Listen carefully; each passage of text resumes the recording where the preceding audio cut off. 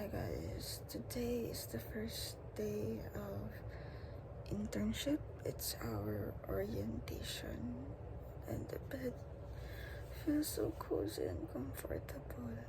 But I need to wake up kasi sasabay kami ni Albert around 6:30 a.m. and it's already 5:40. Hi guys, we're already at the area. This is the wake up.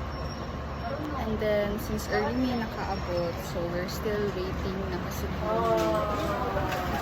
And here are my kasama. Sige, mag-July.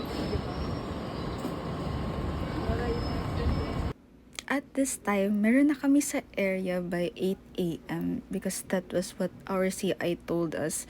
But then, the orientation proper pala is 9:30 a.m. pa. So, yes, naghintay kami for an hour. And so, tapos 4th floor pa nga yung room namin. But hey, what's new? We're UICians. 5th floor pa nga yung classrooms natin. Sanay na tayo dyan.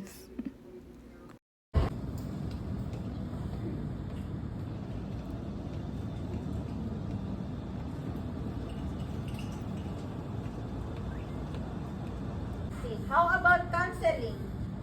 Informing the patient. Us riding a tricycle to 24 Chicken because it's already lunchtime.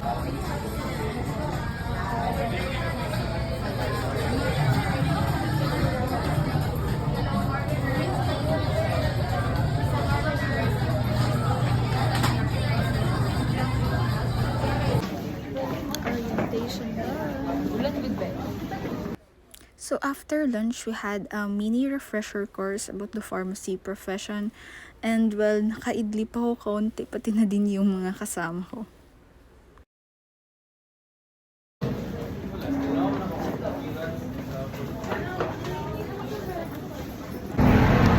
Hi guys, so we're visiting the pharmacy kung saan kami mag-duty. Hi guys. Which is here sa HB1 ng NCCC. Ganun.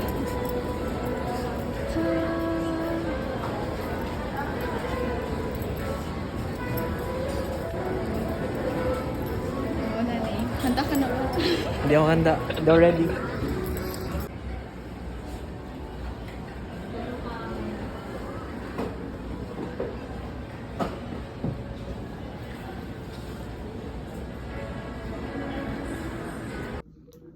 So yun guys, we only visited the area to ask for a confirmation kung anong oras ba talaga kami mag-duty bukas.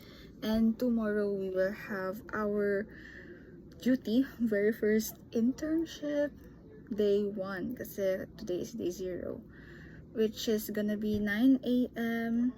to 8 p.m. Yes po, 10 hours. And we need to cover 300 hours for the community pharmacy na rotation.